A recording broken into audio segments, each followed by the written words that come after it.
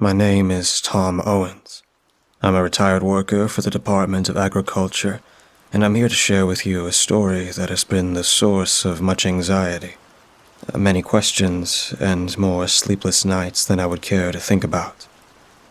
This is but one of the strange things that happened to me during my time working as a timber and silviculture tech for the Forestry Service in Indiana. For a long time, I have held my silence about what happened in fear of what may become of me if I decided to tell this story. I was forced to sign paperwork stating I would forever keep it a secret. Well, today that silence will be broken. Having worked for the Forestry Service for almost 22 years, it's easy to say that a person needs to quickly learn to respect the forest and its inhabitants, animal or otherwise. A lot of the work involved would probably seem like pretty mundane things, such as marking out trees for timber and preparing locations for seeding and tree plants.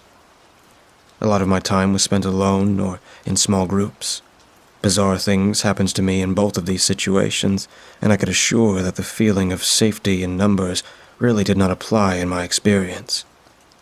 I cannot recall the exact date when this story takes place, but I know it was early fall of 1988, and I had recently just celebrated my 38th birthday and had been living in Nashville for a couple of years by then. I had teamed up with Henry Waite, a new boy from Stanley Holt, to scope out timber to be harvested for firewood in the Brown County State Park, just off the Salt Creek Trail. Henry, a towering frame of a man who, at one time at least, would have looked like he could fell a tree with a single blow of an axe if he so wanted to. He had been doing this work almost his entire life. He was maybe 3 or 4 years off of retirement at this point. He had deep furrowed lines crossing about his face and forehead which suggested a more than serious look about him, and had a deeply gravelly voice that time had clearly softened. I had worked with him on a number of occasions in the 22 years I had under my belt with the service, and in honesty, I don't mind the old-timer. I mean, he wasn't always the perfect co-worker. He could be awkward when it came to making decisions, and there were times when I would be sweating my ass off moving equipment around, only to find the guy sleeping in the cab of our truck. But I had to accept the poor bastard was nearly 70 years old and had clearly done his share of manual labor in his time. I certainly had a lot more patience for him than the others, it seemed. Henry used to have some real interesting stories. He used to tell others about stuff he'd heard out in the forest, and stuff he claims to have seen, too. Oftentimes he was alone when these occurrences took place, and the other workers never really paid him much attention, and generally would pass off his stories as mere scaremongering, verging on the ramblings of a senile old man. As for myself, I took his tales with a pinch of salt. Heaven knows you had to. Otherwise, you'd likely find yourself out alone one day and hear something in the distance and end up jumping out of your skin and running back to your truck. Other than this, though, he never was one to talk all that much beyond small talk and chit-chat. When he was recalling one of his stories, he would come to life, so to speak, and really put a great show on. He was one hell of a storyteller, that's for sure. I can picture him now, with his tufty gray hair wafting about in time to his movements and the large lump of fur resting upon his top lip, obscuring a rather large portion of his weathered old face, twisting and protruding as he formed his words enthusiastically. "There's no telling what you might run into out there, son," he would often exclaim in his gruff yet somehow gentle voice. But anyway, I'm here to share my own story, and I hope I can portray it as well as Henry often did. I remember the rays of the low-set afternoon sun were still strong for that particular time of year, casting a warm glow over the still green forest surrounding us. We had just finished packing our kit bags with the markers and measuring equipment we would need, and was about to set off to the designated area on our charts to begin tagging trees ready for harvest. This was our last job for the day, and conversation was thin as Stan, the new guy, didn't seem like a conversationalist of any kind, and the three of us settled into that semi-comfortable silence that strangers often find themselves in when waiting for a bus or queuing up at the checkouts in the store. He struck me as the sort of person who was simply here to do his job, then go home. He had no interest in it other than the financial reward he would receive at the end of each week of work. Fine by me, I thought, as we quietly made our way along the well-worn path. The route we were taking was one often used by hikers to reach the nearby camping area and a rather nice viewing point. A few minutes passed before anyone broke the silence, and it was Henry that did so. "Looks like we need to follow the trail as far as the fork, then hang a turn south into the trees," he stated. "Then probably another 20 minutes heading slightly east, and we should spot the first few that are ready for the chop." "You've been out this way before, then, I take it," I said. Henry paused a beat before answering. "Yup, remember this trail well. Been a few years, mind you." He gave me a quick glance over his shoulder. I noticed that when I had asked the question, he had straightened his back ever so slightly as he answered. "Something the matter, Henry?" I asked. "Not the location of one of your famous ghost stories, is it?" I said, jokingly, trying to lighten the atmosphere. Stan gave me a funny look that clearly said he didn't know what I was talking about. Henry just scratched at his thinning hair. "Ain't no ghost in my stories, son." He didn't say anything more, just maintained the same pace, trudging ahead along the trail. "What stories you talking about?" Stan was looking at me. A look of concern had crossed his face. He was only 20 or 21. His slight build looked out of place in his uniform, and the kit bag looked like it might pull him down to the ground at any moment. Nothing, really. Henry likes to tell stories about himself and scary things that happened to him out here." "He's quite the storyteller, wouldn't you say, Henry?" I said, glancing past Stan to where he was making his steady progress. He didn't respond. "Scary stories? Huh, like what?" Stan said. "Not ghosts, witches and werewolves. Ain't that right, Henry?" I said, trying again to get a reaction out of him. But still he remained silent, except this time I saw his shoulders rise and drop in a theatrical sigh. I continued. "Rumor has it the poor guy ended up marrying one," I said jokingly, expecting him to dodge a right hook from Henry. But still, there was no noticeable reaction. "I bet there's something really weird out here. Not like people spend much time out wandering about the forest, that is," Stan said, adding his thoughts on the matter. Finally, he spoke. "Not true, son. There's plenty of things out here. Not just deer and cougars, though. But sure, there's less people relying on the land nowadays compared to when I was your age. And that's for the best, I can assure you." "So, what about hikers and such? Should they worry about these, things?" asked Stan. "He's been out here all of an hour, and already he's lapping it all up," I thought. I wasn't that gullible when I was so young. "Things is right, boy. I don't rightly know what someone should call 'em," Henry said. "Sometimes I wonder if they're even really of this world." "Okay, let's not scare the hell out of the poor guy before he's even done any work, Henry. We've got a lot to get on with this afternoon, and we need all the help we can get if we want a chance to get home in time to see the sunset," I interjected. Henry chimed back with, "All I'm saying is, it's best to keep an eye out for weird occurrences out here. We're alone and a good few miles from, well, anybody. If you think about it, that's enough, man."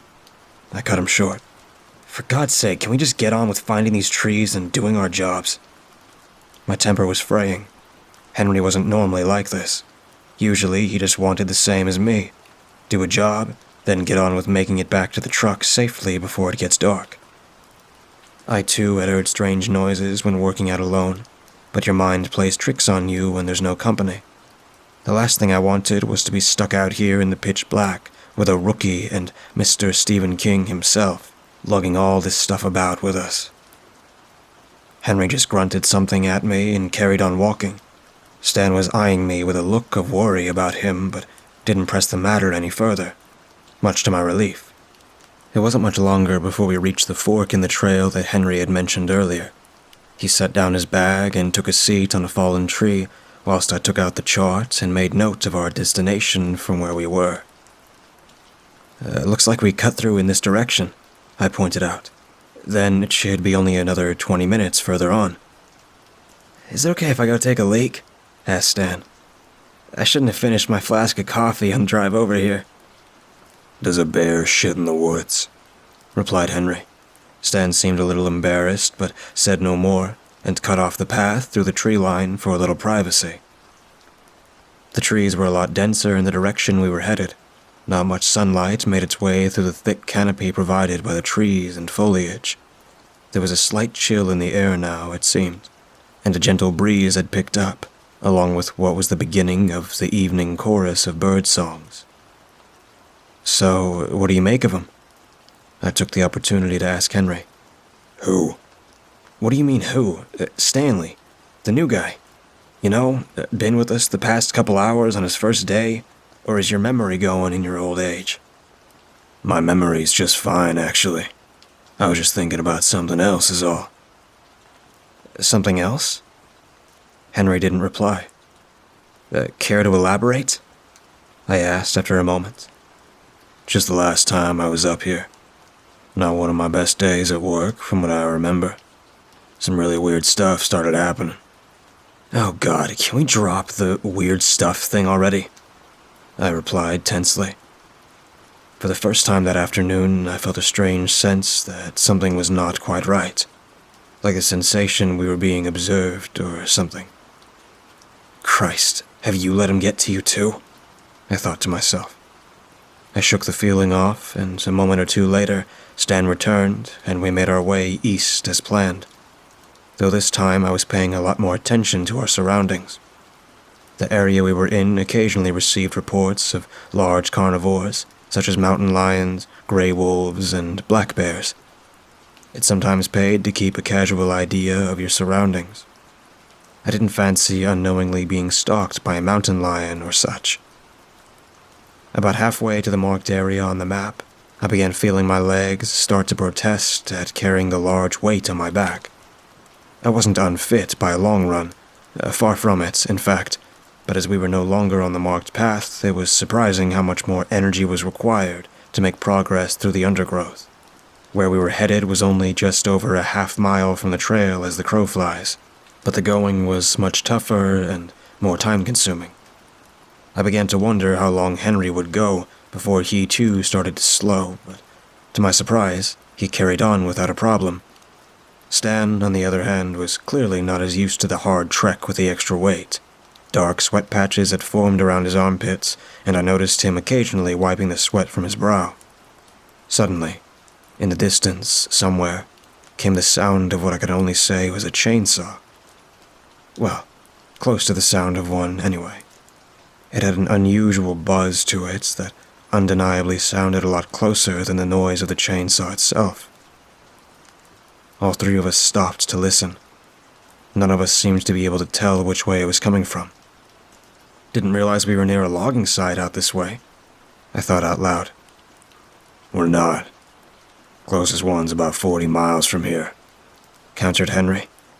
"Could be just someone gathering some firewood," I said. Weirdly, the noises I normally associated with the forest had stopped. The breeze had died too. Sweat beaded on the back of my neck and slowly made a cold trail down right to where my belt was. I shivered slightly in response.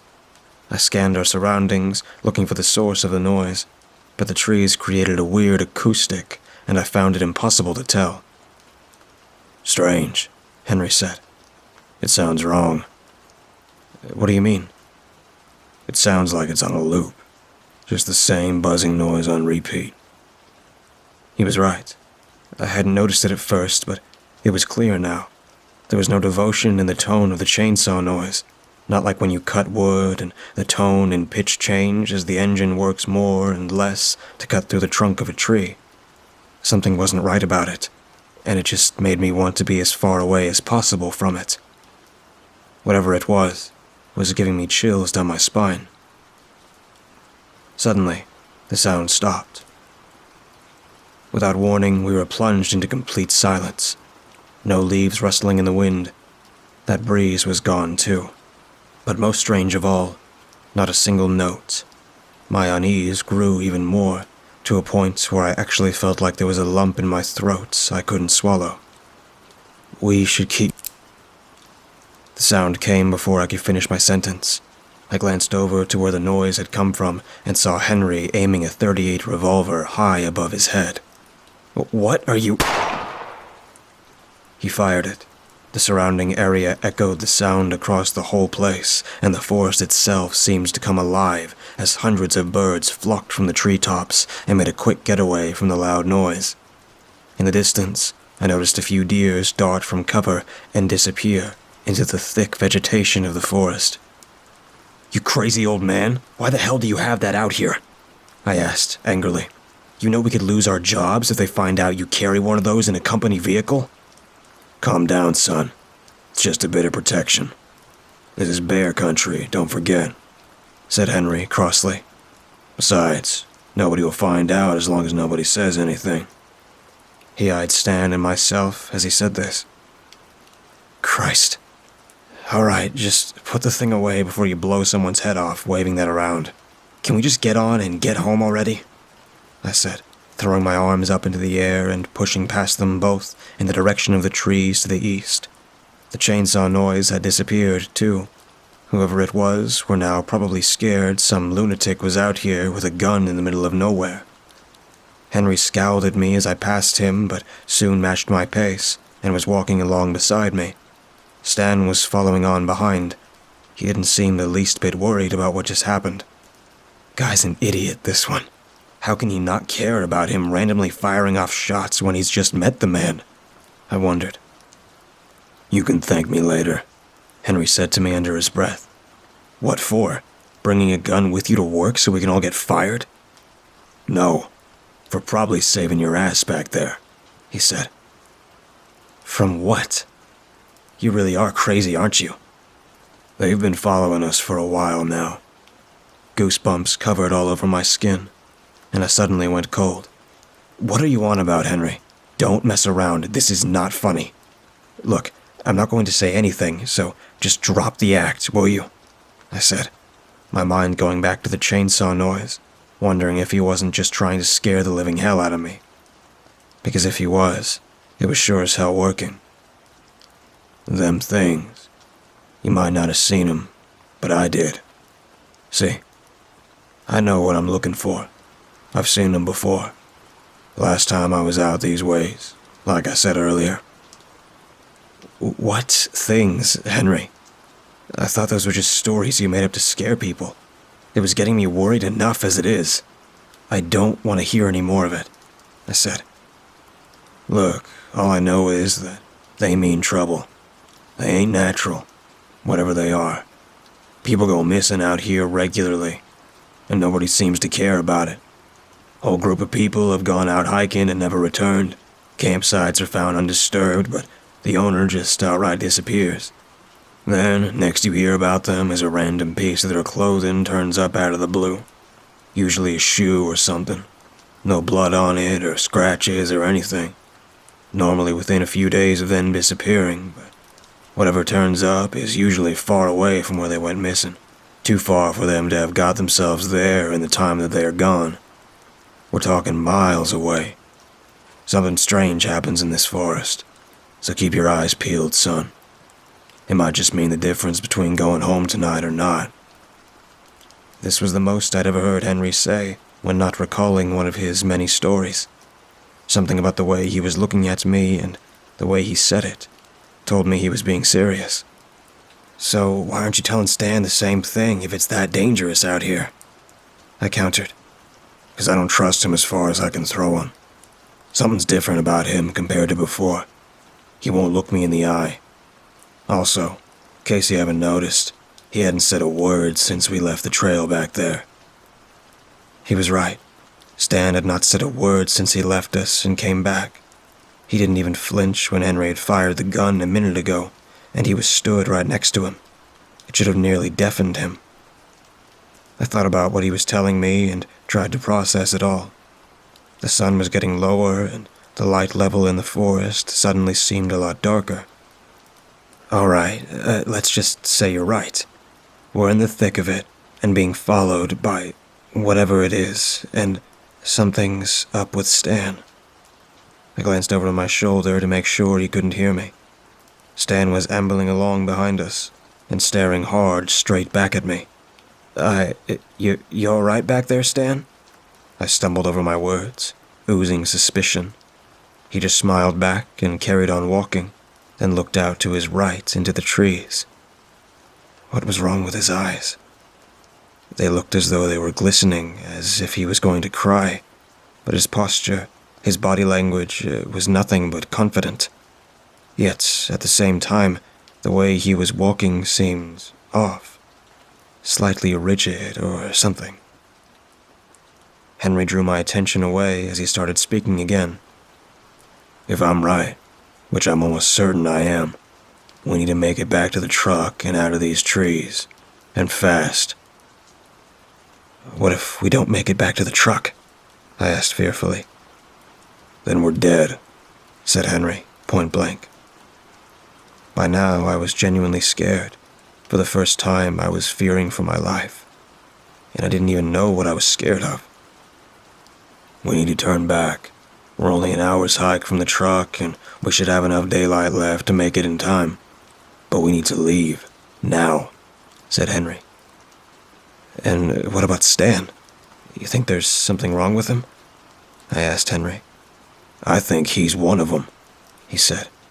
Back when we were at the fork and he came back from having a piss. Didn't you notice how quiet everything was? Like complete silence. Not quiet, but silent. What? But it's Stan. Are you sure you don't need glass? They can change into other things, came Henry's reply. My mind was racing, trying to take it all in. There was so much that didn't make sense. It should all just belong in a horror movie, but now, apparently, it was real. It takes them time to perfect it, and usually it's not perfect. They even sound exactly the same as the person they are copying. I'm pretty sure that chainsaw noise back there was one of them. That's why it was sounding like a loop. Almost as he finished speaking, the chainsaw noise started up again, as if on cue. This time, though, it was a lot closer, and I was certain I saw movement behind Henry. We both froze. Henry followed my gaze. What I saw chilled me to the core. In the middle distance was the silhouettes of what sort of resembled a person sitting on their haunches. But this person would have easily been at least 8 feet tall if they were standing. It took a step closer and must have covered a good 10 meters in one stride. Its skin caught a rare ray of sunlight filtering through the trees. Its skin was pale and sickly looking, and appeared to be painfully drawn tight over the skeletal frame of its body, almost to the point of splitting open. I felt my blood run cold, but I couldn't move. I was frozen to the spot with fear. The same seemed to happen to Henry beside me. It cocked its head at us both, like a dog would. I realized its lopsided mouth was open, and just as it closed it, the chainsaw noise stopped abruptly, only to start again when it opened its mouth for a second time. Inside were luminous, serrated teeth. Massive teeth, like a dramatic makeup prop. Henry stole a quick glance behind us. Christ, he whispered. Stan's gone. What the hell? I stammered. But I couldn't tear my gaze away from this thing. It was like it was staring straight into my very being. Suddenly, it closed and opened its mouth again. This time, instead of the chainsaw, it emitted a loud and clear click. Henry looked down at the revolver in his waistband. It's mimicking the noises we've been making, he said. Almost instantly, the creature lurched forward towards us at an incredible speed, but on all fours, bounding over a fallen tree, half its own height like it was nothing. Run, I bellowed. I took off without looking back to check if Henry or the creature was following. I could hear branches breaking behind me, which I'm sure must have been him. As off to my side, I could hear the same, only a lot louder, as if whole trees were being snapped in half. I ran for my life, as fast as my legs would carry me. I dropped the heavy bag that was weighing me down, expensive gear crashing to the floor. Screw it, I don't care how much it's worth, I thought. The chainsaw noise was underway again, getting nearer and faster as I broke back onto the Salt Creek Trail. My feet pounded the dirt beneath me as I pleaded with my legs to move faster. I suddenly was hit by what I could only describe as a wall of stench. The smell of rotting flesh was unmistakable, making me retch bile into my own mouth and burning my throat at the same time. I looked off to my side, and to my horror, the beast was getting closer, bounding through the trees just a few meters off. It locked eyes with me, and I nearly stumbled. The thing was smiling at me, showing off row after row of unimaginably jagged, sharp teeth. It opened its mouth and let out an animalistic screech that was high-pitched and shrill, but reverberated around inside my body at the same time. I could hear Henry behind me, somewhat keeping pace. He was keeping up, even though he was in his 60s, and we must have covered most of a mile by now. My lungs were on fire, and I could feel the burning in my legs start to become too much to push through. I was running on pure adrenaline and fear. I rounded the last corner before the small clearing, where we had parked the truck earlier. Just a bit farther, and I was free of this nightmare. As I crested the small hill leading into the car park, my heart sank. There was no truck. There wasn't even a car park. Just another seemingly endless trail. My mind worked overtime, trying to figure out if I had made a wrong turn. I was sure I hadn't. There was only one trail anywhere near here, and it was the only one in and out of the forest for miles around. I could hear the creature gaining on me. I dared not to look into the trees again to see how close it was. My thoughts changed instantly as I heard the unmistakable noise of someone stumbling behind me. Henry had fallen. I skidded to a halt and swung around to grab him. "No, keep going," he yelled at me. I hesitated for a split second. "No, I can't leave him," I thought, but it was all the time the thing needed. Before I could take one step in Henry's direction, it was upon him. It pinned his face into the dirt as it looked up at me. Its face was different. It looked like some kind of wolf, but with the torso of a man. What would have been its rear legs were also that of a wolf. Only this thing was standing up now, and was at least 7 or 8 feet tall. All I could smell was rotting flesh, so strong it made me want to puke again. My mind tried to make sense of it all. Had it changed shape again? I asked myself. The creature opened its wide mouth and let off a horrific screech before leaping away with Henry in its clutches into the tree line. As I stood there, dumbfounded, I heard a wet squelching and cracking sound accompanied by a terrible, guttural scream. He was dead. Henry was dead.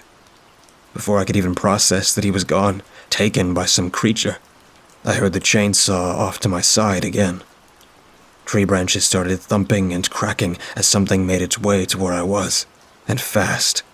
I realized there must have been more than one. I took off again, not even taking time to think about what savage end Henry must have met. Hell, I didn't even want to try to imagine it. As fast as my legs would carry me, I headed further along the trail that should have taken me back to the truck and to safety. Up ahead, there was a turn in the track. Could I have got it wrong? Was the car parked farther than I had originally thought? All around me, the forest was alive with screeching and branches snapping, and the loud clicks of Henry's revolver cocking. It was getting louder the closer I got to the bend up ahead. As I suddenly was on top of the corner, the noises reached fever pitch. I was sure I was done for. I rounded the bend, only to be confronted by the sudden end of the trail and a wall of dense, thick trees. I was dead. I was certain that these were going to be the last moments of my life, torn to shreds by something nobody even knew existed. I dove into the trees, not wanting to give up yet, somehow believing I could escape. But in reality, the trees were where they were most at home, leaping about like it was nothing while I blindly tripped and stumbled my way onwards. Without warning, the ground beneath my feet dropped away, and before I knew it, I was falling, down and down, smashing into trees and branches on the way. I looked down at where I would land just in time to see a massive branch from a tree coming straight for my face. I hit it with full force and saw stars replacing my vision. I tried not to think of the terrible things about to happen to me after those things caught up with me. Then everything simply went black. All I was aware of was a high-pitched whining noise coming and going. I'm not sure how much time passed. The first thing I could sense was movement all around me. Then I could hear shouting. Yes, shouting. That meant people. Something opened my eyes, and a blinding bright light poured in, stinging my corneas. Then the same to the other. I opened them both and was staring face to face with a woman I had never seen before. "He's awake," she exclaimed. My head was pounding, and there was a tingling sensation down my left side. Suddenly, I was aware of a terrible throbbing in my forehead. I let out a panicked groan in response to the pain. "Morphine," said the woman loudly. Her booming words rattled my brain. "It's okay, sir. We're going to give you something for the pain. Just try to relax and not move." She was holding my head firmly in place.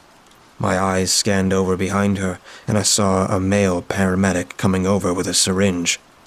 "He just fell out of the tree line, straight in front of my rig," a large man said. He was wearing denim and a leather jacket. He looked to be speaking to a police officer who was busy taking notes. I must have blacked out again, because I next woke up in a hospital. As a nurse was reading my vitals. "Hello, sir. Don't worry, you're safe now. That was some nasty accident you had back there. You were lucky that 18-wheeler didn't run you over." I opened my mouth and tried to speak, but no matter how hard I tried, no words would come out. It turned out I'd suffered mild brain damage as a result of my fall. It took me nearly 3 years to be able to speak properly again. Endless therapy sessions and the constant pain of not being able to tell anyone about what had really happened in that forest. Henry and Stan to this day are still listed as missing people. Police interviewed me, but all I could say was that I couldn't remember anything that happened that day. I was considered a suspect for a very long time, but they had no evidence of any foul play. I think eventually they got bored and genuinely started to believe I had hit my head hard enough to not remember any of it. I was also visited in the hospital by a representative of my employer. I was basically scared into signing a non-disclosure form about anything that might have happened to me whilst in the forest. I wish that were true. The truck driver also visited me during my time in the hospital. He was a nice man, if a bit rough around the edges. Nick Current is his name, and I'm still friends with him today, nearly 20 years later. The thing is, though, something he told me doesn't quite sit right. The location where I nearly landed directly under his wheels was just outside of Bloomington, on the I-46 road, over 10 miles away from where we were working that day. I still don't know what those things were in the woods. I try not to think about it mostly. They just give me nightmares. I'm just glad to have gotten it off my chest, so to speak. Maybe tonight I will sleep a little better, finally. I just hope nobody else has to go through the same thing that I did, almost 30 years ago.